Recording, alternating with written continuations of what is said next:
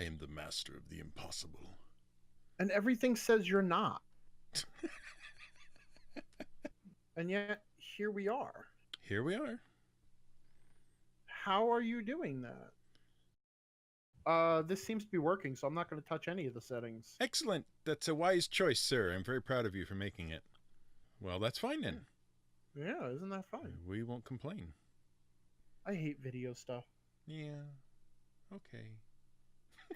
No, I mean the voice stuff is good because like I'm in my underwear right now. Awesome. I don't have to be dressed for this. That's exactly what I wanted to know. Mm-hmm. I hope you're recording already. I am.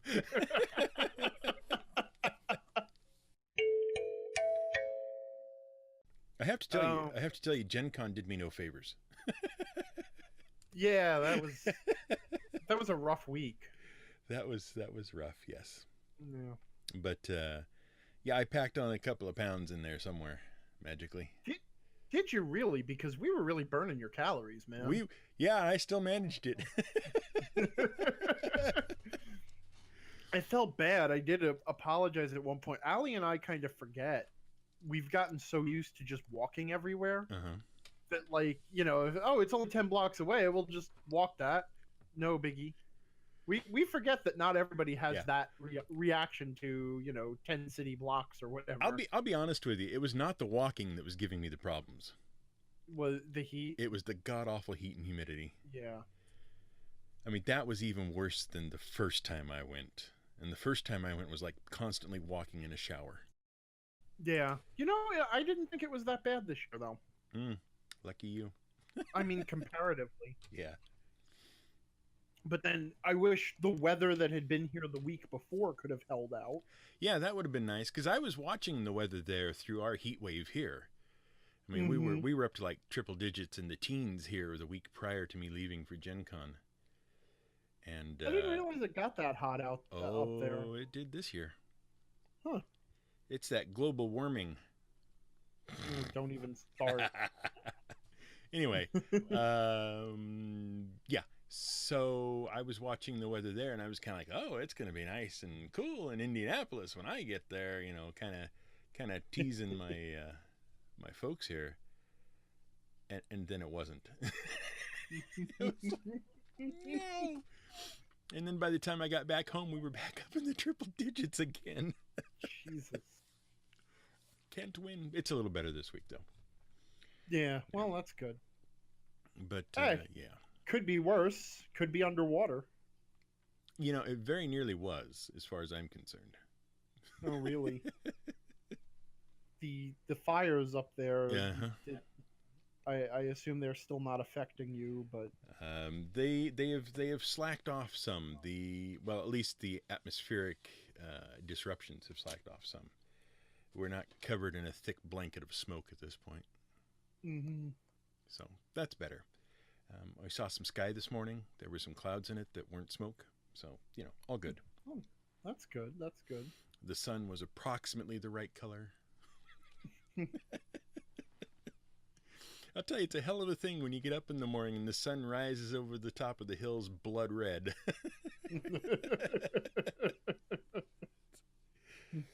Yep, this is the end, folks. Anyway. Now, maybe you can explain this to me, because I can't explain it to me, and I'm the one who did it. Okay. I have applied for an actual real-life job, and I'm not even sure I want it. Okay. Now, I've gone through the entire process at this point. I have an interview tomorrow. I am still not sure if I actually want the job. So, any explanation you have, bring it on. For what? I mean, I assume you did go through the application process, correct? Yes, I did. You have a conscious memory. Yes. Okay. Yep. Filled out my resume and their application, which is basically a mirror of my resume, because apparently that's what companies do now. Can I ask what the job is? Is it not something sure. You can ask. It's property inspector. Oh, neat. Good stuff. Sure. For a rental company. Oh. Oh, at least you'll have some stories. I think, yeah, no kidding. I will be the man of stories. I went to this one guy's home and it was covered in snakes. Right. And then the milkman came. Anyway. Why does that sound familiar? Wasn't there a snake house? There might have been. There probably was. I mean, it'll be like a New York or a Chicago thing. The man was living in like a one-bedroom apartment, and the one bedroom was full of like 40 snakes. No. There was an infested snake. There was a house that was so infested with snakes in the walls and the crawl spaces and everything. And nobody could get rid of these snakes. And I think at one point, like, the family abandoned the house and it ended up going back to the bank. And the bank didn't know what the hell to do with it. And finally, they just said, if, anybody who can clear the house of snakes can have the house. And how did that work out? I don't know. That's the problem with only half remembering a story from like 10 years ago. But I distinctly remember this whole thing. And they were giving the house away. If you could get rid of the snakes in the house, like, or I mean, even not, I guess, if you just wanted to live in the snake house, they would probably just give you the house because they couldn't do anything with it. Like, exterminators came in, tried to clear the place, and like, we got nothing. People keep weird things in their houses, I've noticed. And I will probably notice that even more so as things go on if I get this job. Yeah, I would imagine. I mean, what was it? Wasn't there again, I keep thinking it's some sort of like Chicago or New York thing. Wasn't there some gal who had like tigers in her apartment? Yeah. Oh, actually, that reminds me, there is a very, very interesting news story.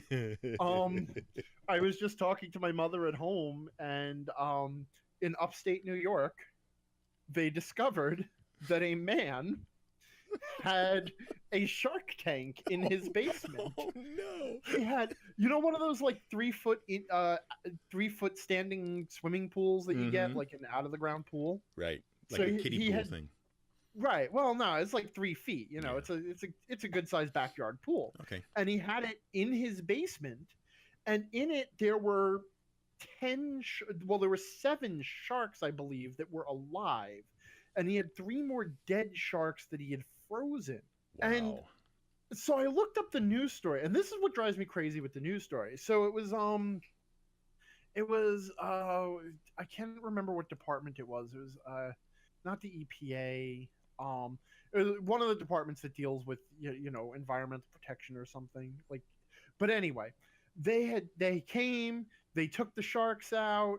The sharks were moved to an aquarium in New York to be rehabilitated. The 3 dead sharks were taken away, and at that point the story ends with they're still investigating. And I'm like, yeah, but that's not the part I want to know. I don't like. Okay, they found this shark tank in this guy's basement. What I want to know? Why?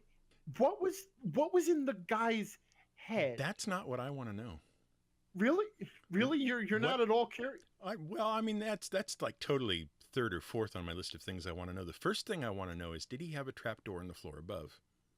Well, clearly, but that would be part of his logic, right? My feeling was that he was like a Bond villain, or like a minor Bond villain, or trying to be. But they don't even discuss like why. Like, I'm sure at some point, somebody, as they're taking this guy away, or even just taking the sharks away or whatever, somebody had to say, why? Why did you go to these lengths to have a shark tank in your basement? Even crazy people have a reason. Yeah. It might be a crazy reason, but and it kills me because we will never hear any more about this story. I mean, on a certain level, you sort of think he was, trafficking in illegal shark sales to aquarium owners and things like that. But that still begs the question of the whole shipping and handling deal. Well, no, because now here's the other question. So there were 3 dead sharks. Obviously, they had not survived because I'm guessing basement swimming pool is not the ideal environment for 10 sharks. Probably not. But so 3 of them died in captivity, and he saved them. Right. Like, he froze them. Well, you can't fit them down a toilet. Well, no, I understand that, but, like, I don't know. Like, was he... I got nothing. But that's what kills me about these stories, is I always want to know what was in that person's head. I want to know the logic that this person had. Yeah, that would be interesting to know, but I still want to know about the trapdoor. Well, I think the logic would imply a trapdoor or not a trapdoor. Right. And then the next thing you check is how many city officials are missing. Yeah, well, see, the story didn't go into any detail at all. None of that stuff is in there, huh? Okay, it does not even... Okay, so it was the State Department of Environmental Conservation. Conservation, yeah. And the entire news story, this is the most detailed news story I was able to turn up, says that state DEC officers late last month confiscated more than half a dozen sharks that were being kept in an above-ground pool in the basement of a mid-Hudson Valley home. Then there is a quote where they give a statement where they say, their officials investigated a man who was suspected of harboring illegal sharks. 7 sharks were seized, 7 sandbar sharks, 2 dead leopard sharks, and 1 dead hammerhead. And it was the hammerhead that got him into trouble because I believe that one's an endangered species. Then they explained that they were kept in a 15-foot diameter above ground pool in the basement, and that they were transferred to Long Island Riverhead Aquarium, where the sharks were, they had blood taken, their lengths were measured, they were tagged, and they were treated. The sharks were escorted to the I like this too. The sharks were escorted to the Long Island Aquarium in Riverhead for holding until the case is closed. Yeah, just in case, like his next door neighbor was, damn it, I wanted those sharks. And then they say no charges have been filed at this point. The case is under investigation, and the homeowner's name is being withheld. And that's it. That is all the details. And it's all just about the sharks. I don't think that's the story. I mean, I'm glad to know the sharks are okay. Mm-hmm. The 7 non-dead ones, right, anyway. Right. But I always say backstory is the least interesting part of the story. But sometimes, sometimes you gotta know. That's a weird mix of sharks too. Had to be some sort of underground shark selling aquarium racket. Yeah, but it's upstate New York. It's Hudson Valley, New York, which is not convenient to ocean. It's the last place you'd look for sharks. The basement of somebody's home. Yeah, I guess so. I don't know. I mean, if there's any follow-up, it is among the last places I'd look. On top of in the middle of Antarctica, the Sahara Desert, right. Space. There is a great hook for an adventure in there. Yeah. Although I'm afraid that it would just turn out to be, the hook is really, okay, the king's got a bunch of sharks in his castle. Okay, whatever. Where's Aquaman? I don't know. Yeah, we don't have a druid, really. No. None of us took swim. Isn't there a noble that's been kidnapped that we can handle?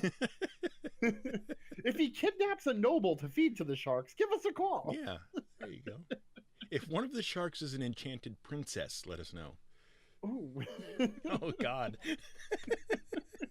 Can only be restored by a kiss.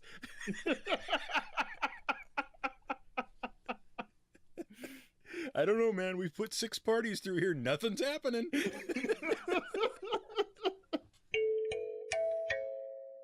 The conversation started with someone asking about the mechanics of material components in 5th edition. Because people just tend to assume that I am a lexicon of the rules, where really I just have the rule books very handy and can always look at them. Right. But so I ran through the rules of the 5th edition mechanics of material components for spells.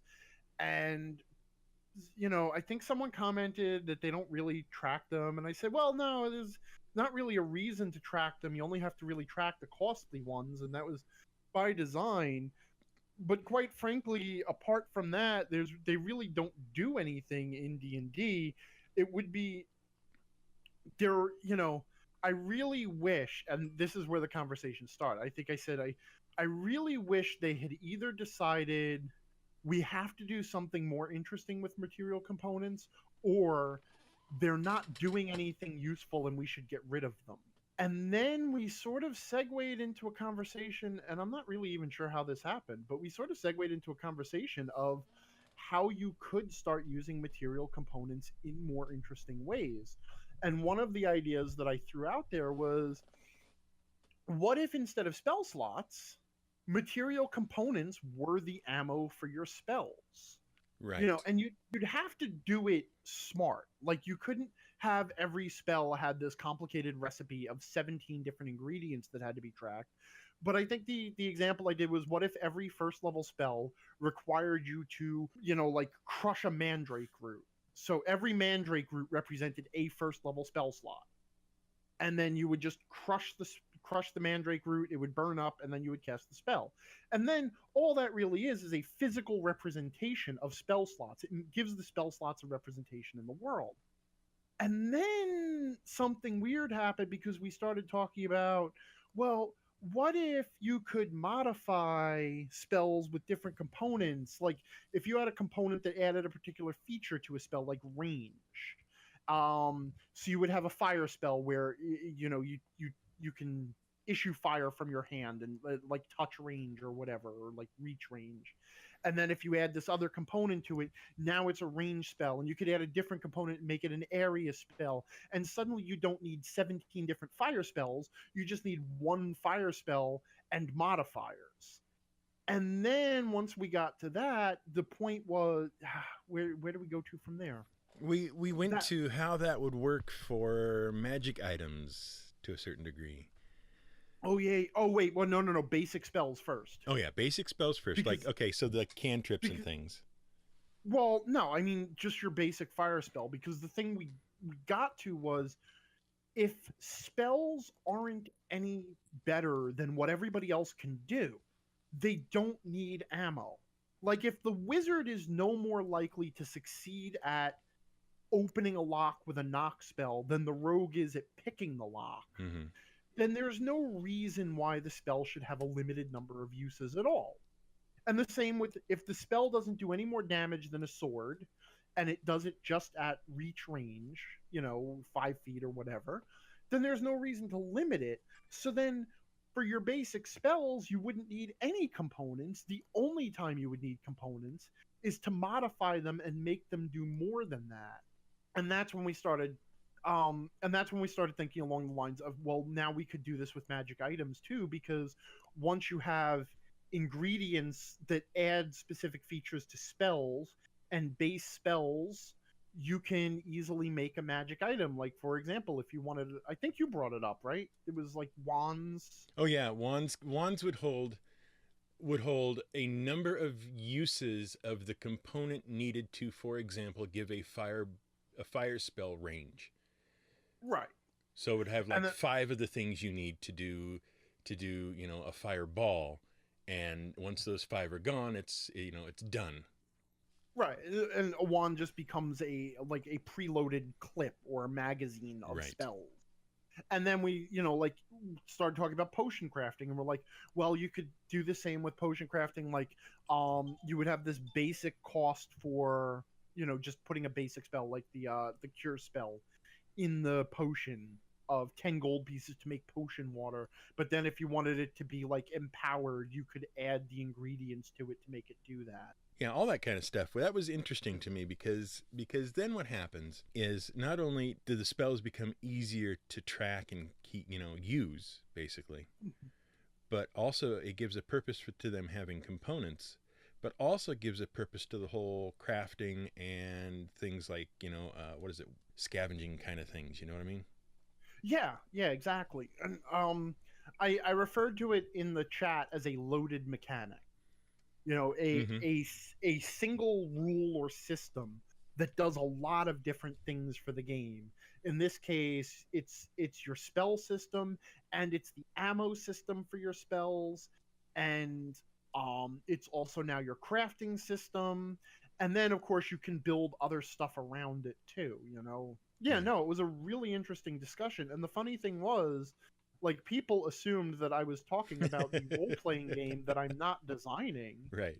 And I'm like, no, I actually would be going in a totally different route if I was designing a role-playing game, which I'm totally not. Right. But it's just interesting to think along these lines. Yeah. But you know, so my follow-up question to all that, and I didn't ask it in chat because chat was going pretty good on just the spell part.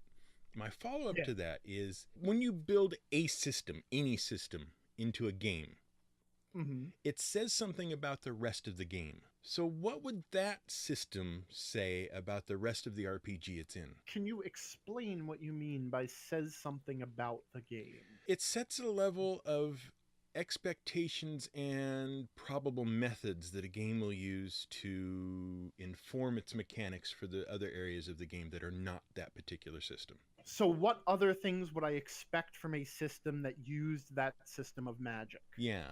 How would it tackle other areas of its rules?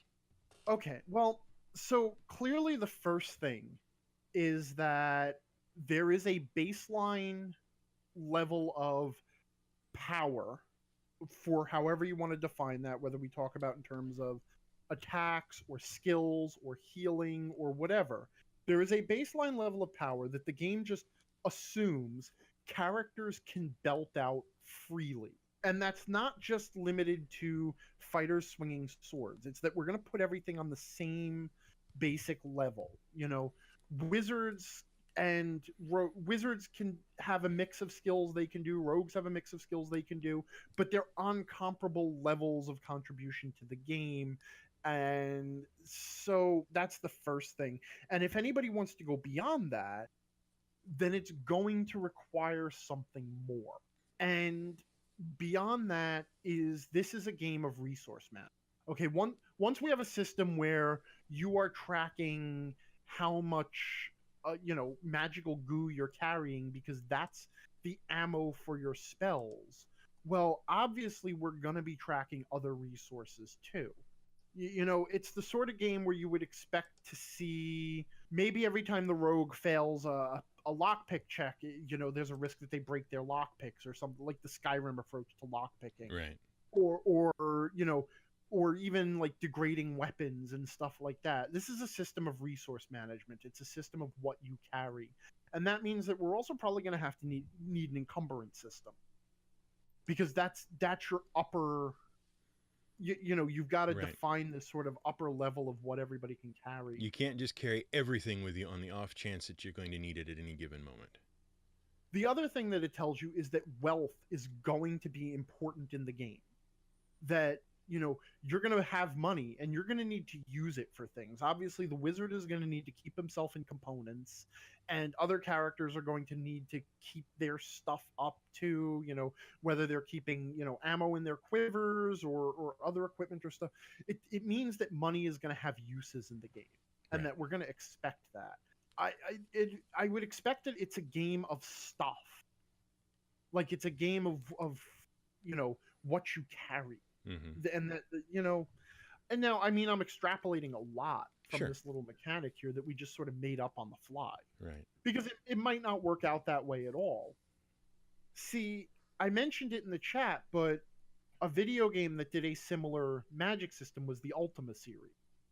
Where magic spells were powered by, you need a certain number of black pearls and a certain number of mandrake root and whatever for different spells. And being a computer RPG, inventory was important. Looting everything, how much you could carry. It had a food system. So if every time you moved, it would expend some food. And if you didn't have food, you would start to starve and stuff like that. And there were also monsters that would steal your food, and they would steal other items and stuff. So it was a very item-heavy game, Right. And and that's what it is. It means that the expression of what you can do is probably more bought and sold than coming from any sort of internal power. Is there anything to extrapolate about the combat system from that? Well, again, apart from the basics of first of all, everybody can participate in combat at sort of a baseline level. Obviously, because we're saying that swords and fire spells should be comparable, and that if a fire spell is comparable to a sword, then the wizard can just spit it out every few rounds. And if anybody wants to do more, it's going to cost them resources. So we can expect that characters are going to have some kind of expendable resources that let them do more. But that might not be the case. Honestly, as I come to think about it now, I mean, obviously, what it does say is that if you want to do more than your baseline contribution, there are ways to do it, but there's going to be some kind of a cost to it. But it is interesting that it's not spell slots or mana or some sort of mystical ephemera. That there's a physical thing in the world that represents the resource. And what that suggests to me is that it's not a game of abstraction. Okay? I would not expect, like in that game, a barbarian to only be able to rage 3 times a day. You know, to have some sort of arbitrary numerical limit. Instead, I would expect things to be limited in other ways that can be represented in the world. And if it's not a resource that you can expend, well then, I mean, it could be a resource you could expend. Like the barbarian could literally expend hit points. You know, like when you come out of a rage, you are so exhausted that, you know, you take this much damage, or any damage you take while you're in a rage. You know, after you come out of the rage, you take extra damage because you weren't feeling it as serious as it really was, and now all of a sudden you take extra damage. Right. Like you come out of the rage and suddenly you actually feel your wounds, and that is represented by the damage. You know, however much damage you took increases. Or it could be a matter of there just being some other tangible cost, like you suffer a penalty, an exhaustion penalty after you fly into a rage. You just suffer an exhaustion penalty.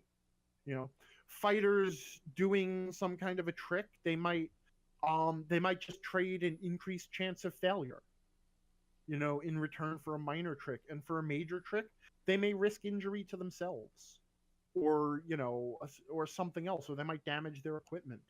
But what it does say to me is that it's not a game with these arbitrary, ephemeral limits on how much you can do, that is just tied to nothing. So there's a reason behind everything. Yeah. There's something that you can look...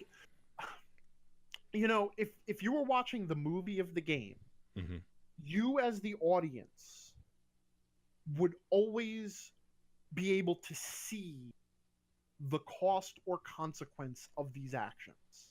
It would always be on screen.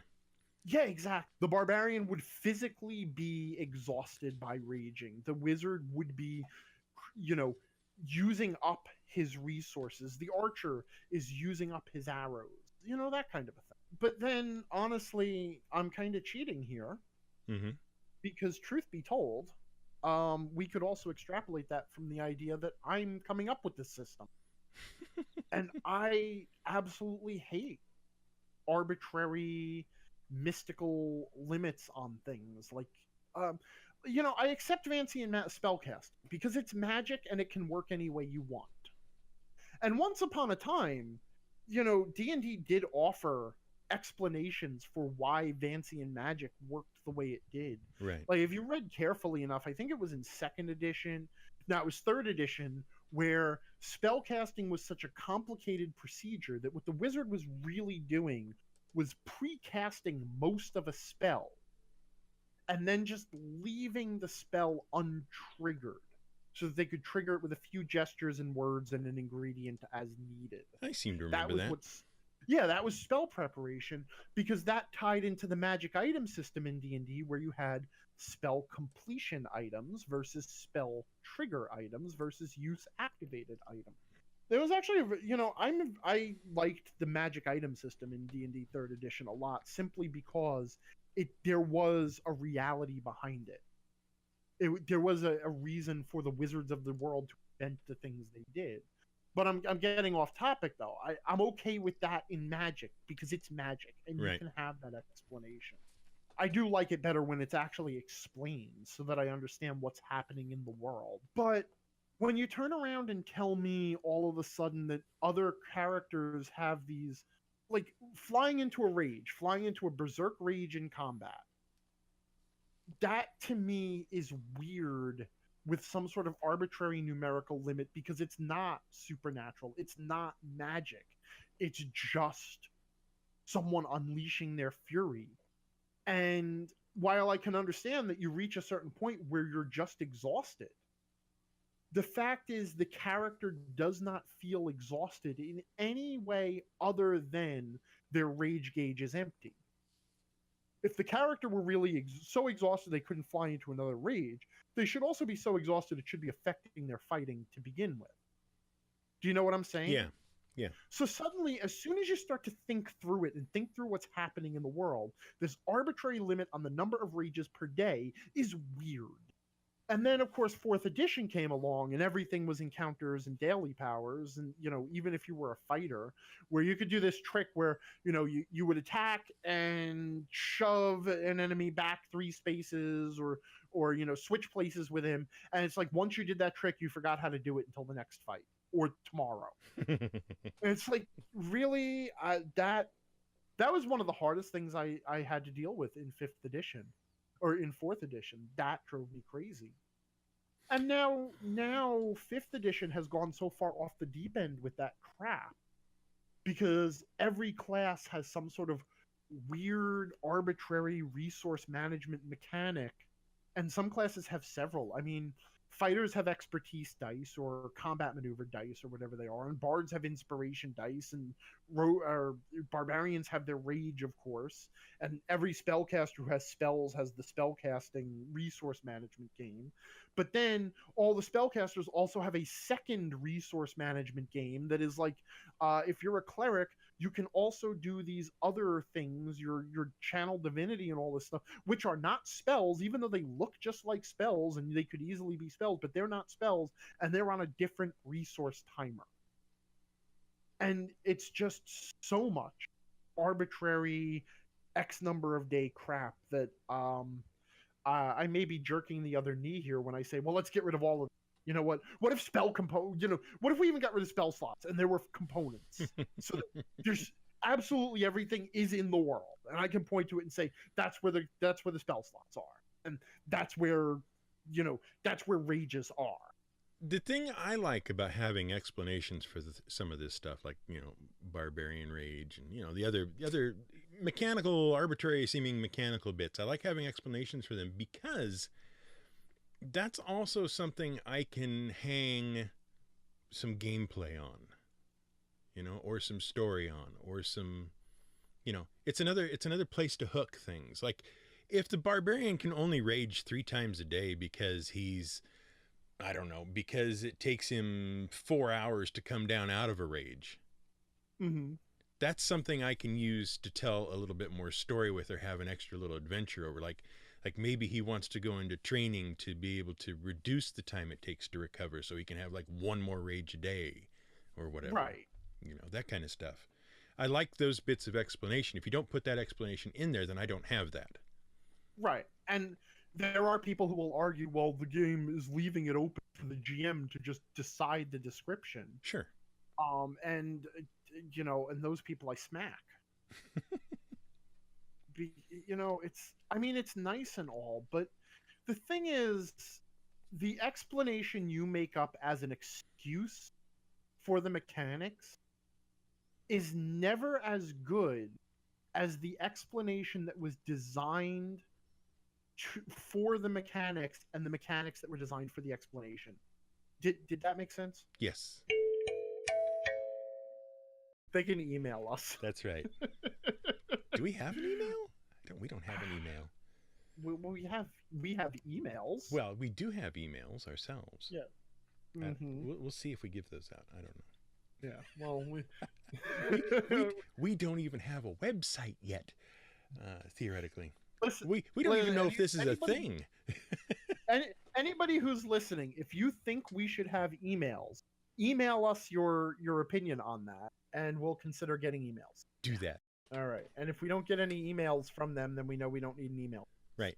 in an attempt to explain ourselves, Oh yeah, some 40 odd minutes into the program at this point, or whatever it turns out to be. We don't even Depending know on if what's this is actually useful in what we said. yes. We This don't could be even 5 minutes in. This could be, yes. We don't even know if this is going to be a thing at this point. We're trying something out. Yeah. It bears some similarity to other things you may be aware of. But it is different in all the key ways. Yes, that's right. We'll see. Websites, emails, posting it out on iTunes or anything like that. I don't know. Possibly sure. coming up with a name. Oh yeah, that's always the fun part. We should totally have a name for the show. And it won't even have a category or anything on iTunes. It'll just be there. It'll be up to you. Maybe it won't even be on iTunes. Maybe you can only get it from the website. It's a model. Is no agenda already taken? I don't know. I can look though. Not right now, but I will. No, I have a piece of paper I'm writing things down on. No agenda. So it's all official like. Right. Just call it "We didn't plan this at all." Oh, there you go. That won't confuse anybody. Oh, Tomb of Annihilation's coming. Yeah, is it? Yeah, it is. It's got dinosaurs and something called Chult, which I've, to be honest, have never in my life heard of before in relation to D&D. Chult or Chul? Chult? I don't know. Oh, well, Yeah. Chult is location. Yeah. Chult is a location. I believe it is a jungle location. This is sounding right. Yeah, but Chul are a giant crab. No, that sounds wrong. Yeah, okay. Giant crab-like aberration. No, Chult is a Forgotten Realms location, isn't it? Jungle Land. I don't know. It's the land of the lost. Here's what I know about the Tomb of Annihilation. It's an adventure designed by Chris Perkins, Will Doyle, and Steve Winter, with additional design by Adam Lee. Story consulting by the award-winning creator of Adventure Time, Pendleton Ward. Okay, so none of the actual story threads will be concluded ever. Right. Sorry, that for all you Adventure Time fans out there, that was my stab at you. The talk of the streets and taverns has all been about the so-called death curse, a wasting disease afflicting everyone who's ever been raised from the dead. Well, okay. Victims grow thinner and weaker each day, slowly but steadily sliding toward the death they once denied. So many problems with the first sentence already. I know. When they finally succumb, they can't be raised, and neither can anyone else, regardless of whether they've ever received that miracle in the past. Temples and scholars of divine magic are at a loss to explain a curse that has affected the entire region and possibly the entire world. The cause is a necromantic artifact called the Soulmonger, which is located somewhere in Chult, a mysterious peninsula far to the south, ringed with mountains and choked with rainforests and apparently full of dinosaurs. So everybody in Chult, or possibly the world, right, who has ever been brought back from the dead, right, suddenly wastes away and dies. Right. And all raised dead magic is gone from the world. Apparently. That seems to be the thing. This is the plot. Now, I guess that's neat. I do have to mention that the entire thing is being promoted with a very familiar looking lich. Demi-lich. Very familiar looking demi-lich. Yeah. And this sort of, how do I put this? A carving of in stone of a face with a big open mouth on it. Yeah, like a devil face with a big black open mouth that is just inviting a player to reach in or stick their face in and see what might be inside. Exactly that sort of thing. Uh-huh. Yeah. I mean, yeah, we know what this is, and it's not a secret. Look, the stupider pitches have existed. Okay? I'm not, like, fine, you know, there's some lich out there that figured out a way to channel all of the people who have ever been in the land of the dead, suck the magic of that out of them, and close the gates of life and death. Fine. You know, I have no qualms with that as a epic plot for D&D. Believe it or not. Except I have some qualms with that. And I mean, like, I could nitpick the detail. Okay? Like, number one, how many people is this affecting right now? According to this, everyone who's ever been raised from the dead. Right. But this is my question. We've made fun of how much bringing people back from the dead on a regular basis is ridiculous when you start to analyze. Like, Right. it completely, like, you know, why is anybody in the world dead? This is the joke about Final Fantasy and the Phoenix Downs thing. Sure. Like, if you can bring anybody back to life with a potion or a spell, then death is meaningless in the world. And why does anyone ever die ever?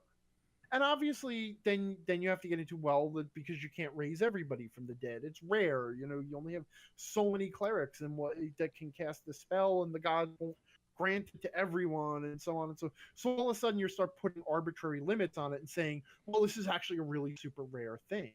And okay, so now if it's a really, really super rare thing, then the stakes in this story are really low. Because, you know, a bunch of people who were already dead multiple times, people who have already proven to be bad at survival, have been removed from the world one more time. Right. You know? Like, the worst tragedy there is the number of adventure parties that saved up for the diamonds to bring those people back to life. Sure. And then, but on top of that, like, resurrection magic stops, which, like, quite frankly, that's sort of the natural order of things, and I could make a good argument as to maybe that's how it should be. Right. And I would make all those arguments, but again, this is the Forgotten Realm, and, you know, every third person is like either a 10th level wizard or a 10th level priest. So, right. Yeah, I imagine that there's lots of people. But here's my real problem, is that they completely wasted the premise. I don't have to read anything about the adventure to know this premise has been wasted. Okay? And what leads you to that conclusion, sir? Okay. Here's a really cool story. Suddenly, one day, a bunch of people, you know, like the king's advisor, and maybe the player's master, the adventurer that's been training them to be adventurers and stuff, all start wasting away and dying, and nobody knows why. And the players have to start, you know, they start investigating one murder, right? Mm-hmm. That's cool. And then they start hearing about one mysterious death, suddenly wasting illness death thing. And they suspect poison, they suspect this, they suspect that. And then they start to hear about other deaths, and they all happen at the same time, and they all have the same connection. And they start putting it together, and they discovered that all of these people, through gradual investigation, were people who came back from the dead. Mm. Meanwhile, the various churches of the world, the clerics have discovered that their healing and raise dead abilities have been diminishing. And like the Jedi do in the Republic, they hide this information from the world as best they can. Right. So now all of a sudden the churches are going into like this damage control mode. We don't want people to panic and think the gods are leaving us. But there is this terror that the gods are actually forsaking the world because the cleric's magic is failing them. Uh-huh. And so meanwhile, the clerics start to investigate. And these two investigations can crash together because the players are investigating, hey, wait a minute, this person came back from the dead, this person's an adventurer. You know, all these people who died, they're people who, you know, live dangerous lives and were brought back to life multiple times. So they start asking about the clerics, and the clerics are really cagey about the whole thing until finally the players earn their trust, and then the clerics admit this is what's going on. And then gradually they can investigate, and just, you know, that leads them to Chult and the cult and eventually the soulmonger and a Serarak or whoever the lich is going to turn out to be. That would be a really cool adventure, wouldn't it? That would be interesting, yes. Yeah, it just sucks that it's spelled out here right on the back of the book, so you know that's not what they did, because any player who turns the book around already knows the whole goddamn mystery. And that is why I could say they completely wasted this premise. Yeah. Okay. This premise would have been fantastic as a complete mystery. Can I ask you a related yet somewhat different question? Yeah. Because I'm looking at this webpage here with the advertisement for the Tomb of Annihilation, and I have to ask, why would you put in your marketing material what the solution to the problem is? Well, this is exactly what I'm saying with the whole wasted the premise thing. You know, I mean, even if they didn't, follow up on your idea or whatever, they still have basically said, oh, by the way, the cause is a necromantic artifact called the Soulmonger, which is in Chult. Why would you do that? That, to me, even as a GM, even though I'm going to know eventually what the entire adventure entails, even to me as a GM, that's a hell of a spoiler. Because here's the thing. There's going to be no build-up. We know that. The adventure is called Tomb of Annihilation, not the mystery of a whole bunch of people dying for good reason. Right. Okay? This entire adventure is going to be about the tomb. Right. It's, well, specifically, okay. So here's number one. The Wizards of the Coast likes to spend like a third of their adventure on friggin' setting. Right. Okay? You open up Curse of Strahd and it's all Barovia, and you open up the other ones that I can't think of right now, and it's all whatever the setting. They love to just burn time on the setting. Okay, because whatever. Right. So that's it, right? This is not a world-spanning adventure. This is, you are in Chult.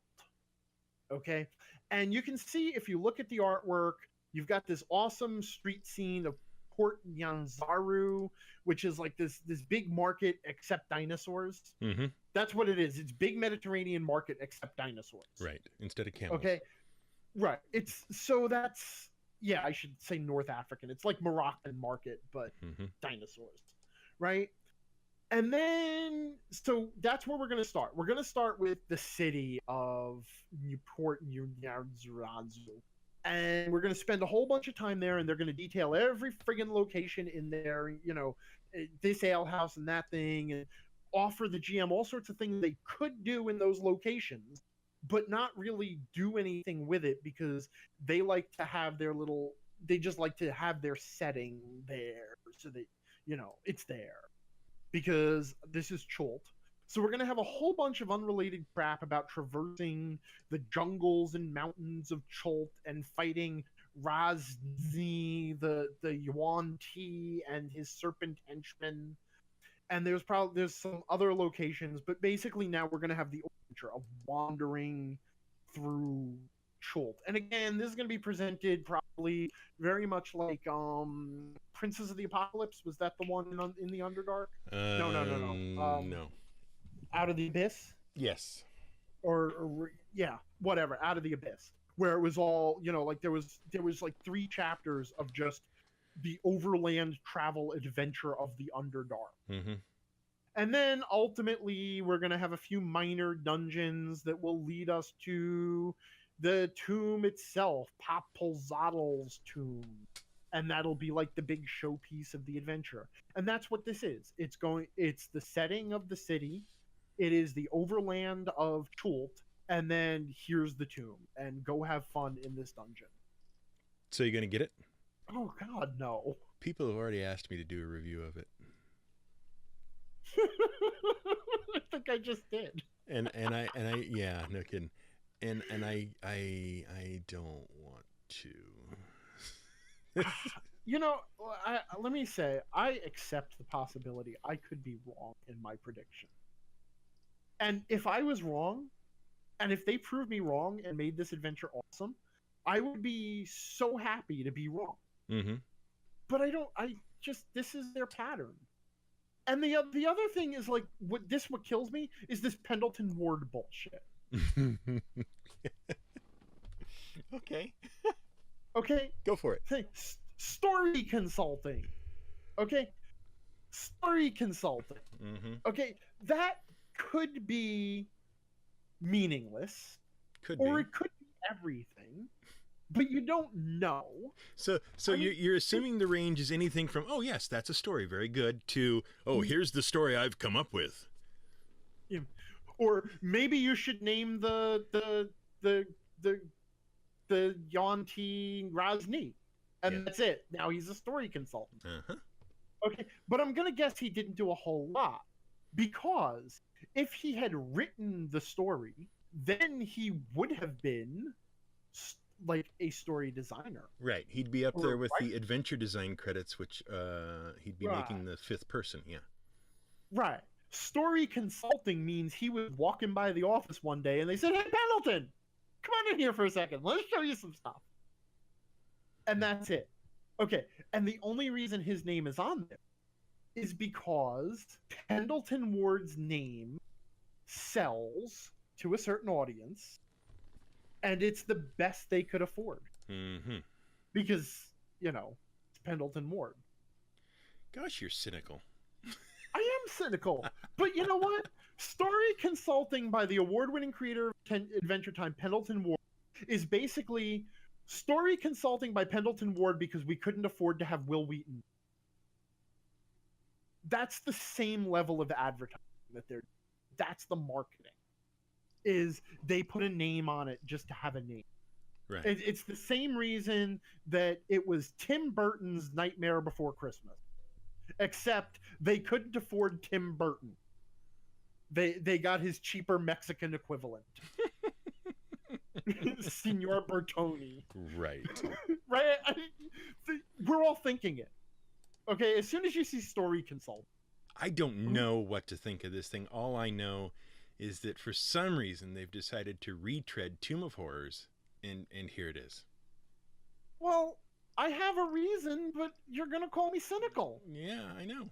But that's my job. My job here is to call you cynical. 5th edition is the nostalgia edition. See? Cynical. That's it. That's what it is. They're just going to keep retreading old ground. And this is the sad thing. This is what kills me. Like, I'm not even at the point where I'm saying they're just doing it because it's easier. Like, if you... I reference Curse of Strahd because it's one of the only ones that I've actually read all the way through cover to cover. Right. And that's only because Allie has it. I don't own it. Right. But I read that one all the way through cover to cover. And let me tell you something. It's an okay adventure. It's neat.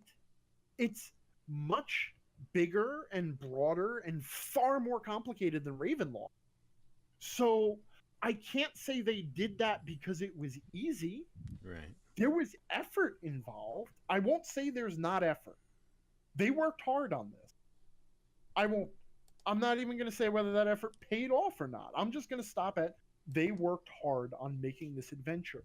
So they're not doing the nostalgia thing just because it's easy. You know, it would be easy if they just belted out like, we updated the Ravenloft, and I got like a 30-page book that was basically just the original text of Ravenloft with 5e stats. Mm-hmm. Then I would be even more cynical. Then I would say, look, this is cheap, it's easy. They're just doing this because it's easy and it doesn't clash. Right. But the fact that they put so much effort into retreading their stories against the giants, Tomb of Horrors, as you said, was Prince of the Apocalypse was Temple of Elemental Evil. Mm-hmm. And they're not even making a secret about it. That's part of the selling point. Yeah. Because they are selling 5th edition to fans of Dungeons and Dragons. That's who their market is. And you know, right now we are in an age of people, especially people of a certain age group, and I won't say the M word, but people of a certain age group are completely driven by nostalgia for things they didn't grow up with. They want remakes of video games that I played when I was a kid and they weren't Zygote. Okay? Mm-hmm. This is what they want. It sells. And I can't fault D&D for chasing sales and chasing a fan base. It makes me sad. I can't fault them getting a name on this product just to make it sell a little bit better. But then, if I wanted to be really cynical, I would also say all this stuff kind of reeks of desperation. That would be particularly cynical, sir. Well, here's the thing. If I wrote a really fantastic adventure for D&D, and I thought it was a really fantastic adventure for D&D, and I published it, and I had absolute confidence that it is an awesome adventure for D&D that can stand entirely on its own, I wouldn't need to make it an update of something else, and I wouldn't need to drag Pendleton Ward in off the street to sell it. Or the Hickmans, or anyone else who was consulted on any of these previous ones. Because I would just have the confidence in the product. Right. Okay. This marketing ploy, this, the nostalgia grabs and the names and shit, it's all a way of not having confidence in the product. And I gotta imagine, and I could be wrong here, but I really firmly believe that, folks like Merles and Perkins and Crawford, who are, as much as we make fun of them, they're nice guys and they're good game designers. I've met two of them, and I can say they're nice guys. They're good game designers. They know their stuff. I can't imagine this is what they want to be doing. Maybe we're not the target audience for D&D anymore. Well, this is true. This is certainly the impression I'm beginning to get. And to be honest with you, I don't feel bad about that. No. Well, let me ask you a question. How much, even in your heyday, right?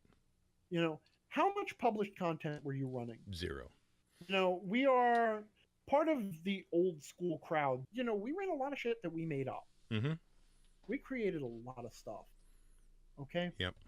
That means that after we bought the core books, we didn't spend a whole lot of money on D&D. No. I spent my money mainly on photocopies and graph paper. Yeah, I know. 10 cents a page. Yeah. We're not a great market to rely on. No. Meanwhile, there's a big group of people out there who just want adventures. Yeah. And to be fair, if they didn't play these adventures the first time around, then this is new to them. You bet. They've heard of these adventures. And to be honest, like you and I, we talk online about this adventure and that, against the Giant School, this is what Ravenloft did. Hell, in the other podcast that you and I work on, we frequently discuss adventures and storylines from D&D's ancient days. Yeah. In not just respectful, but somewhat reverent tones. Yep. I kind of can't blame the current generation of gamers for wanting to know what it's all about. Yeah. And that's fine. I mean, like I said, I don't feel bad that D&D is not for me anymore. It's not that it's not for me, that it's not targeted to me. Well, the Wizards of the Coast is not selling products to you. Right. Now. You got your core rule books. Mm-hmm. I got my core rule books. In fact, I've paid for my core rule books 3 times now because that's how they get you. 3 times. Yeah. Don't want to know. Well, don't want to know. Well, I will say one of those times was Fantasy Ground. Yeah. But you know about that one. That's the one I knew about. It's the other one I don't know about. Well, don't tell me. Don't tell me if you don't want to tell me. That's okay. I can respect that. It's not that I don't want to tell you. It's, first of all, at some point I always buy a second player's handbook to lend out. And I have bought a second monster manual and DM's guide as gifts for people. Ah, there you go. So D&D proselytizing, huh? Yeah, exactly. Hey, listen. I may not be impressed with what Wizards of the Coast does, but I do still like playing and running D&D. And I want other people to enjoy it. Sure. And honestly, if somebody out there is going to enjoy Tomb of Annihilation, then more power to them. Go for it. Have fun. I don't need D&D to make adventures for me. Right. I would not be opposed to some more tool sets for making adventures. Yeah, that'd be nice. But I wouldn't buy many of them. No. I make most of my own monsters at this point anyway. I don't need a monster manual 2 or 3 or 4. And, after that, what else is there? But it does beg a question. What game is being marketed to us? What, the old people? Yes, the old people. What RPG is out there being marketed to us? We're not a great market, my friend. No, like if you want my cynical accounting take, Yes, your cynical accounting take is exactly what I'm looking for right now. here's the deal. You and I started this conversation. I don't know whether it's going to end up in the finished product or not. Right. But you and I started this conversation with yet another conversation about our various health ailments and doctor visits, because you and I are getting old. Right. You know, we're going to die someday, and Yeah. depending on, you know, my doctor is saying it's not going to be a long someday away. You know, so but that's the thing is, as people get older, they get out of the gaming community. I don't mean just die. Right. But you know, They get married, they get real jobs, they do, yeah. And D&D is something that takes a lot of time. That's the, you know, that's what it is. It takes a lot of time. It's a big hobby, and not everybody fights for it. We age out of the market, so they should be appealing to, you know, a younger crowd. It does bother me that they seem to be appealing to a younger crowd that is too old for my taste. A younger crowd that is too old for your taste. Yeah, they really seem to be hitting the 18 to 25-year-old crowd. Oh, you want them to hit for the 10 and 12-year-olds? When did you start? Yeah, 10 or 12, somewhere in there, sure. Yeah, fair enough. Fair enough. You know, you get them young. But that's a business choice. That has nothing to do with the game that they've designed. Right. You know, and it's the same thing too with you and I will make fun of the rule books that we got and how impossible it is to know where you are in the rule book just by opening to a random page. We'll make fun of that shit until our dying day because their layout and page design is horrible. Mm-hmm. But that's also not the game. That's the layout. That's the presentation. You know? Right. You and I, we're still going to go back to our tables and we're still going to play and run the game because the game is fun. Yep. And D&D doesn't have to be super complicated. Nope. You know. I don't need 37 supplements.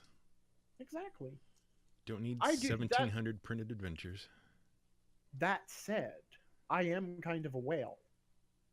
I would buy a lot more stuff if there was stuff other than published adventures to buy. And I spent a lot of money on 4th edition. And that said, I as well have purchased things that I will never use. Just to have them on the shelf. It'll be a reference. Sure.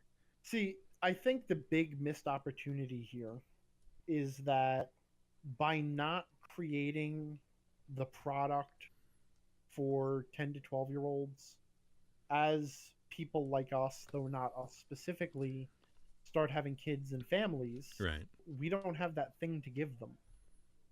Yeah. I would love to have that thing to give them. Not to run the game for the kids. I'm an adult. I don't have that kind of time in my life. Right. But I would love to be able to give my kid a Mensa Red Box, assuming I have a kid some, and say, here you go, kidnap 3 of your friends. This will tell you everything you need to know. Yeah. You know? I'm still sad that doesn't exist. And I'm kind of with you on they're hitting the wrong age group too, thing. Because it seems to me that if you hit like the 17, 18-year-old range, you're actually shortening their effective gaming availability time. You know what I mean? Yeah. Because pretty soon they're going to go college, and then they're going to, which is, neither here nor there. They can kind of still get groups together in college, but then they're going to go into the workforce, much more shorter lifespan on that than if they were hitting 10, 12, 13-year-old. Yeah, and the sad thing too is that on average people are having kids later, at least in the United States, and though in much of the Western world.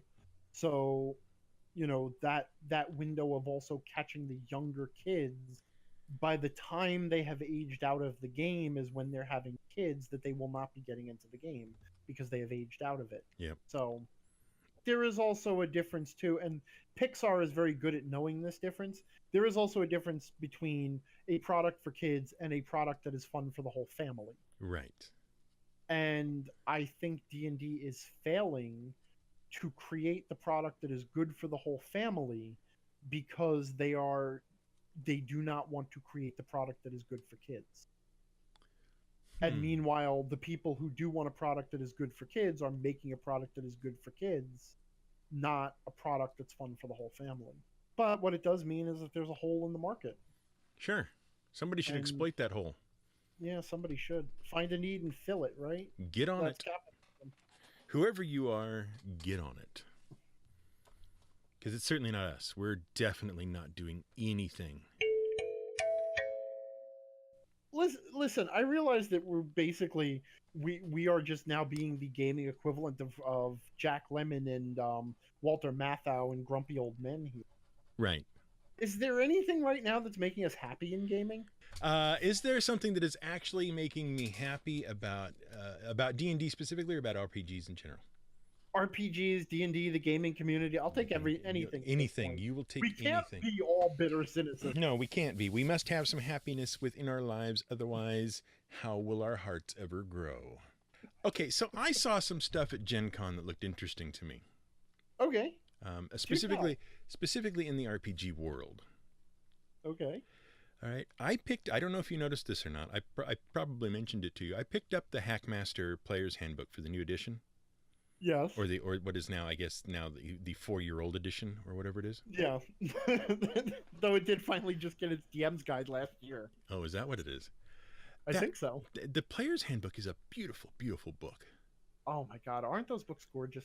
I'm going to have to get the monster manual and the DM's book, the DM's guide. But that Player's Handbook is a beautiful piece of design. It really is. It's hard to explain exactly what makes it that way, but it is probably one of the 2 best designed books I have seen this year for RPGs.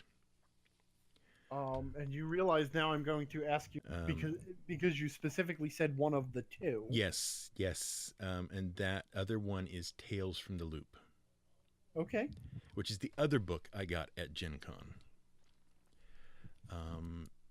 And I mean, I'm not talking like in terms of the way the content is, organized and presented and all that. I'm just talking about looking at the books and looking inside them. No, I know exactly what you mean. They are both in 2 totally different design aesthetics, but they are both just gorgeous books to look inside of. It's amazing. And the thing is, HackMaster has done it with non-traditional art. I mean, it's not even like all the line art and stuff they did in the 4th edition of HackMaster, which was really the 1st edition, but whatever. They're using like a huge variety of different styles of art and whatnot, but it all comes together in this really beautiful package in a very nice way, I think. Yeah, like even though the art is quite varied in the HackMaster Player's Handbook, there was clearly some art direction going on there where somebody was curating stuff and saying yes and no, which is important. So it does all look like it belonged in the same book.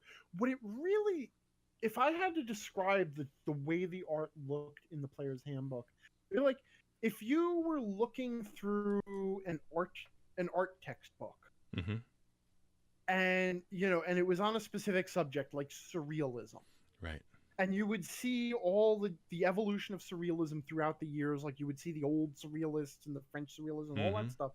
That's what the art looks like. It looks like some of this stuff is old and some of it is new, and it's the old version, modern version, all that stuff, but it's all from the same game. Right. That's what it looks like to me. Right. I am gonna say though, Hacklopedia Beasts is completely beautiful for a completely different reason. Is it? I've got to get it. For one thing, the cover is scales. I like that. Well, I mean, if you just look at the page, first of all of the art in the book is the same. Okay. There are a few sidebar pictures and stuff, but for the most part, the drawings that you get of each monster is a sketchbook line drawing with like chiaroscuro shading and just like washed out colors. So it all looks like some naturalist, like, Pliny the Elder actually just drew these things. Are there consummate V's? Well, of course there are consummate V's, especially on the dragon. And then the other stuff, like you get the actual book is it's a fantastic example of what a monster manual really should be. Mm-hmm. I flipped through it briefly, but boy it's a nice book to read. And And those you know what's sad? Now I'm looking at it here, and except for a few little fun details, one of my favorite details, by the way, in the Hacklopedia of Beasts for Hack, is that each monster has a yield where it says, it offers up the treasure that the monster might have, but it also offers up other stuff. I'm trying to find a good example so that I can share it, because I think this is okay. So what am I looking at? A lindworm. Okay, which is just this sort of lizard drake-like monster. Treasure is incidental from victims. Obviously, we know what that means. Right. But also under the yield, it says medicinal. Skin wraps used to bandage arrow wounds. Oh, nice. Under hide or trophy, it says heads are prized as trophies. It also notes that the animal is edible. And there's a few. Oh, there's also spell components. Some monsters yield up. Minotaur offers up horn shavings. Medicinal. If you kill a Minotaur medicinally, its horn ground up in wine is said to stop bleeding. It actually notes that hides, or the trophy that you get from a Minotaur, isn't particularly valued, because after you behead it, people can't tell the difference between a Minotaur head and a bull head. Right. So it just looks like a cheap bull head. And the rest of it is human. Yeah. And then edible. Yes, the Minotaur is edible, though it is not a respectable meal. Right. Same reason. So I love that it gives those details, like it gives those little survivalist details, along with all the other stuff like activity cycle and their habitat and their diet and their organization and the terrain and stuff. And then I realized that except for that little yield thing, which is, really, really neat for flavor, everything in this book looks like the second edition Monstrous Compendium and Monster Manual. It's even divided up the same way. Description, combat and tactics, habitat and society, and ecology. There is one thing that is significantly different. Yeah. And I want to call this out both because it's in the PHP as well. Yeah. That little diamond. Oh yeah. That little diamond, that needs some explaining, but that little diamond is a piece of brilliance, and I don't have my book in front of me to explain it from. No, I know exactly what you mean. Okay. If you've ever seen those hazmat symbols that go on the outside of things, where it's a little diamond with 4 numbers and different colors around them, there is this little symbol of all the basic combat stats for every creature can be fit into this little visual diamond that at a glance is very easy to read, and it is clearly labeled and called out. So just by looking at this diamond, you know the creature's attack accuracy, its armor, how much damage it does, and then around that is other information about speed, initiative, and reach and stuff. And the best thing about this is it is small. It is this small little square with a diamond in it that calls out all of the creature's vital stats that can just be stuck in a sidebar in any adventure. Yep. And it's fantastic, because that says to me that they looked at this and said, you know what? People are going to need to be able to see this information at a glance in an adventure, and it's got to be small enough to fit in an adventure module. Which is a thought that never crossed the minds of the people it was after 3rd edition. Aside from maybe a list of available spells, that little diamond contains all the information you need to run that NPC or that monster or whatever. As you go. I mean, boom, there it is. There's their AC, there's their hits, there's the whole thing. Well, there is a few other little bits of information that is a little bit more specialized that you don't need at a glance, that doesn't come up as much, like their saves, because they have physical, mental, and dodge saves and things like that.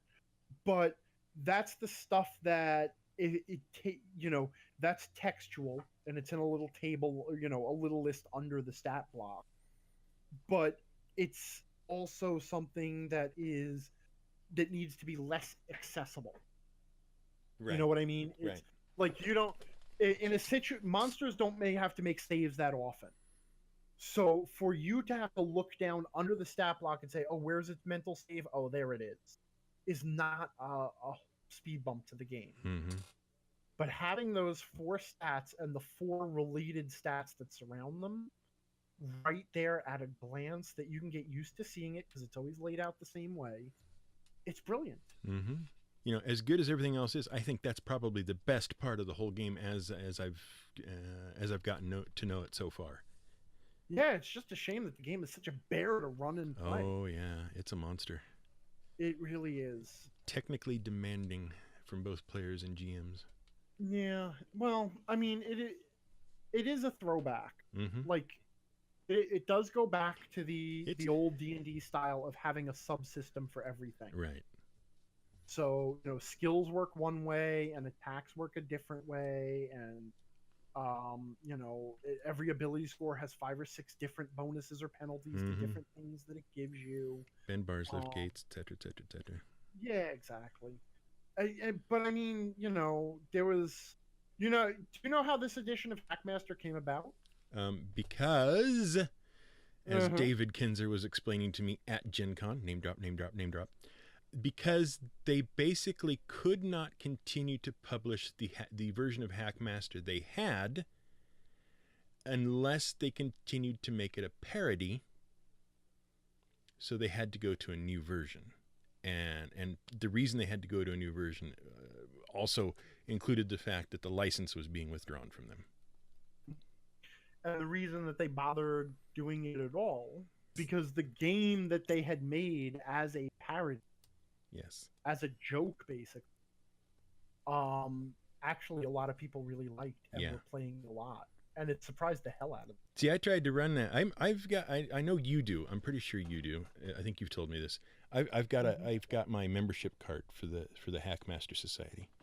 Yeah, I do too. From way back. Plus the coupons and the little pins and all that kind of stuff. But the point being, I tried running that HackMaster with some of my friends, and rather than them treating it as a game to actually be played, you know, I know it's a parody. We all know it's a parody. They know it's a parody, but it's also a real game. Mm-hmm. You know what I mean? Rather than treating it as a real game, they just treated it as an opportunity to goof around. Yeah. There's a stronger word for that, but you know. Yeah. Well, can I say first of all, I think classifying the current edition of HackMaster as a parody is a little bit unfair. No, because it really has gotten away from being a parody. Yeah, I'm not talking about this version. I'm talking about the old version. Okay. The old version. Yeah. Okay. Yeah. No, that was okay. Fair enough. Because this version is not a parody. No, it is not. It stopped being a parody. It's dead serious. It is and it does some really interesting things. Mm-hmm. The initiative system, the timing system in combat is actually very interesting. And you know what? I would run it again if I had people who wanted to play it. Mm-hmm. But I don't think I would run it for long because it is tiring to run. It's a complicated game. And even with them stepping away from being a parody where, it's a serious game, and they obviously when they first made the parody, part of the joke was that they made the game super complicated. And they stepped away from a lot of that, but it's still a complicated game. Mm-hmm. It is mechanically a heavy game. Yep. But it does some amazing. Every GM who has any interest in game design should run it once. Yeah, at least once. Run it for 3 months. When I say run something once, I mean run a game for 3 months. Less than that, you're not running a game. And if anybody who is listening, if there is anybody who's listening is interested, if you go to kenzerco.com, you can actually download the basic HackMaster rules free. Good point. So you can try it, and you can take a look at all the stuff that You can also see the art from some of the books. You can look at the pages from the Hacklopedia Pete. They are gorgeous. We could link to that in the show notes if we have any show notes. That would be neat. That's the thing that we could think about doing. If anybody wants the link, just email us. Yeah. That just send it to the aforementioned email addresses, which we both have. And well, we don't have them yet. We're waiting to get emails. Exactly. We get enough emails to warrant having an email. That's right. It's the only way to do it. The other one I want to give a little lip to is Tales from the Loop. Another beautifully laid out book. I don't know that I'd ever play the game, but the book is worth having just to look at the art in it and sort of draw inspiration from that. And the way it's arranged is very nice. I did a whole up on my YouTube channel, which if you have my email address, you have my YouTube channel. There is what I called a page turner. It's just me and my cell phone camera turning pages in Tales from the Loop and looking at everything in the way you would if you were opening the book up and paging through it yourself. Huh. It's not a flip through because it doesn't just go flip, flip, flip, flip, flip. It spends time on the pages. So that's a thing. Do you cover every page? I mean, conceivably, if I could screen capture it, I would have the whole book. No. I do cover every page, but I do it in such a way that you don't really ever see an entire page all at once. Because I did give that some thought. Oh, wow, did you? I'm impressed. Yeah. I was actually only being sarcastic, but good on you. So that's, look through that, find that and look through it if you don't want to go buy the book yourself. But I highly recommend it. It seems kind of dumb. I don't recommend it to run the game, to play the game itself, although you could if you want. I'm sure it's a perfectly valid game to run. It's not a game anybody I know would want to play, which is not the same thing as saying nobody wants to play. This is just the people I game with I don't think have a real interest in it. Well, it is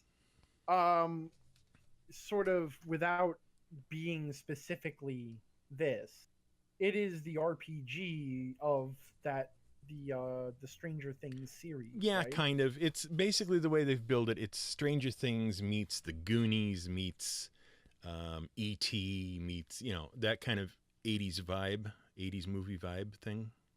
But as envisioned by the year 2016. Exactly. Yeah. Okay. Yeah, exactly. But the art, there's no faulting the art. It never was. Right. Yeah. That's essentially what they go for with it. I really like just looking through it. I pretty much don't care what the rules are. It's just laid out really well. Oh, that's cool. It pleases me in a deep, personal way. How about you? Any good game stuff? Good news gaming? Honestly, I mean, looking back at GenCon, do much there in the RPG space. I was mostly running around, hanging out with people, meeting people, and also it was the Tiny GM's first ever GenCon, so I wanted to make sure she had a good experience. So there were some things that she really wanted to check out, and I wanted to make sure that we got that in. So we played the Harry Potter deck builder. Yep.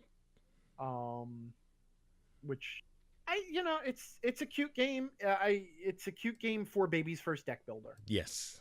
I shouldn't call it baby's first. That's disrespectful. Even that, that might be slightly inaccurate though, because we did just play the simplest first year version there. Right, and it is designed to grow up with you as you keep playing.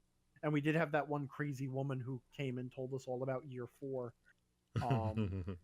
Just wandered by the table and started babbling at us. Nice of her, but well, you know what? Honestly, I'll take that. I will take someone being so excited about a game they like that they will walk over to your table and tell you how great it is, over someone walking over to your table and telling you why the game sucks compared to Dungeon. Yeah, absolutely. Absolutely. Even if they're completely nuts. Yep. I will just take someone actually. And that's honestly, if I can be happy about something in gaming in general, despite the lead up to it and some of the frustrations that happened there, GenCon did not disappoint me in terms of convincing me that the gaming community is actually overall a really good thing that I'm happy to be a part of. Right. Because by the time GenCon rolled around, with all the various things and fights and everything that's been going on in the gaming community, which has become very, very preachy and divisive, I was exhausted by it. And I was really at the point where it's like, why I should just close up shop, get offline, and leave all these people to basically just eat each other, you know? Right. And then I go to Gen Con, and everybody's nice, everybody's having a good time. You know, people are just excited to see each other. Everybody's excited about the games they're playing. Everybody's having a grand old time. And also seeing it through the eyes of I know this sounds silly, but seeing it through the eyes of someone who has never been to Gen Con, never been to a big convention like that, also made it so much better. Yeah. You know, because she was just excited about everything and delighted by everything. And that was a lot of fun. I've said it before. I've said it to you. I said it when I was filling out the GenCon survey that came down last week, and I will probably say it again when we talk about this with the GM Word of the Week patrons. GenCon itself was fine. There was lots of fun, and I enjoyed myself there. It was everything surrounding it that made it a problem. Yeah, and honestly, taking a long view of it, it's like, I'm upset that I didn't get into the hotel, or that we didn't get into, that I've been staying at because of their stupid lottery. Right. And I'm upset that I had to spend, that I was at a hotel, that was 15 minutes away by car. Mm-hmm. And then I look back to when I would take family vacations. Right. And you would go to vacation, and you were in a hotel, and then you would get in the, and then you would go to the thing you were going. You would go to the amusement, and then you would be at the amusement park all day, and then you would come back home to the hotel. And that was just part of the vacation. And it's only Gen Con that has gotten me kind of used to this idea of being connected to the convention and the hotel and all that stuff, that I suddenly felt really, really entitled to that, to the point where it was upsetting me. And I'm like, maybe I should take a step back and kind of keep this in perspective. And the car thing and the hotel thing, it did cost us one thing. Allie and I did not get to go to the They Might Be Giants concert. Right. Specifically because we were parked in a lot 15-minute walk away from the convention. And that was the only reason that we missed out on that concert. Yeah. But even that, it happens. Sometimes you miss things. No big deal. Right. So, in the long run, I think I was letting that stuff get to me more than I should have. Mm-hmm. And in years past, when people have complained, I have been the first one to say, dude, keep this in some kind of perspective here. You're 10 minutes away from the thing. You're going to have a car in town anyway. And even if you're not, they used to have the shuttle buses, and then they had, the taxi cabs were all cheap and stuff. And it's like, it's just a cost of going. The difference in price between a downtown hotel and a distant hotel is the difference, but covers the taxi cab rides. If you just end up having to take a taxi or a Lyft or an Uber or whatever, because the travel options have changed every year. Mm-hmm. So I was being the person that I would tell to shut up in past years. And it's worth saying, you hinted at it, or I guess outright mentioned it, but none of the stuff from the gaming community online, out in the real world, was in evidence at Gen Con. I'm not aware of anything myself. I'm sure some people had an occasional difficulty or whatever, but I don't recall anything major, happening based on what you see from the gaming community online. Well, and that's the thing. And you got what was there, 60, 70,000 people there? A bunch, yeah. If there's, it's terrible if there's an incident or two where there's someone rude or someone feel unwelcome. But you also have to keep that in a perspective and say the larger community, this is not endemic in the community. It is an isolated incident that may happen to a couple of people. Not to downplay anybody's incident. I mean, I have had instances in the past. Yeah. I have had people gunning for me at past Gen Con and trying to make my Gen Con trip miserable because of trying to bring the online world. Right. And even then, you know what? I could say, oh my God, that's just, the gaming community is so toxic. But what I really should be saying is, wow, that guy's an asshole. Mm-hmm. And leaving it at that. But, that's all learning again to, try to keep a level of perspective on things. So but I always find that Gen Con sort of reinvigorates my love for gaming. And even though this year I didn't get to do as much as I wanted to do because I planned it badly, it was a lot of fun. And I'm going to be sad, but it looks like I'm definitely not doing Gen Con next year, and it looks like I may not be doing any convention next year. I've done some poking around on that myself, and I may not be doing any conventions next year. Mm-hmm. That's a spendy flight out there. But we'll see. Who knows? Maybe we'll get rich. Maybe this job I've accidentally applied for will be the gold mine. Sure. Half the reason that we decided just to give this a go like this is because once you and I start talking, we don't stop. Nope. We have a hard time finding an end. Yeah. The 3-hour car ride between here and Gen Con. Oh, jeez. Totally should have recorded that. Yeah. Well, also, we should have recorded that game with that R.L. Ritchie and crew, Alex and Paige brought, the Cyanide and Happiness thing. Yeah. What the hell is it called now? Yeah. I forgot. Not so much for the actual gameplay itself as for the analysis of the gameplay that was going on at the table. Well, I mean, those sorts of party games live or die on the people, making it fun. Uh-huh. If you play, so if you don't know, Cyanide and Happiness, the offensive online cartoon that is not nearly offensive as many offensive things out there. Right. Cyanide and Happiness, they came out with a board game that has similar Joking Hazard. Oh, Joking Hazard. Yes, that's right. And it has very similar mechanics to other games of its ilk, like Apples to Apples and Cards Against Humanity, where everybody is presented. In this case, you are presented with 2 comic panels that are drawn off the top of the deck by one player who is the judge. And then everybody has to offer up their own panel to complete the comic. They're randomized, and then the judge picks the best one based on whatever criteria the judge chooses to use, which is usually, which one is the funniest. Right. But those games live or die on the players talking about it. Mm-hmm. Because if it was just a matter of the player held out each card and put each one down in turn and then said, that one, and then someone says, oh, that was mine, then the game is not fun. Right. Okay. The joking around and the banter that happens as people are trying to pick the best one, and groaning and squirming and laughing and all of that stuff, and thinking things through, and the weird irreverent conversations that happen because of, well, this one really implies a really sad backstory about these 2 characters. All that crap is what makes the game that's what makes it a party game. So Mm-hmm. But yeah, those sorts of games are a lot of fun. I shouldn't say that. That game is a lot of fun. Yeah.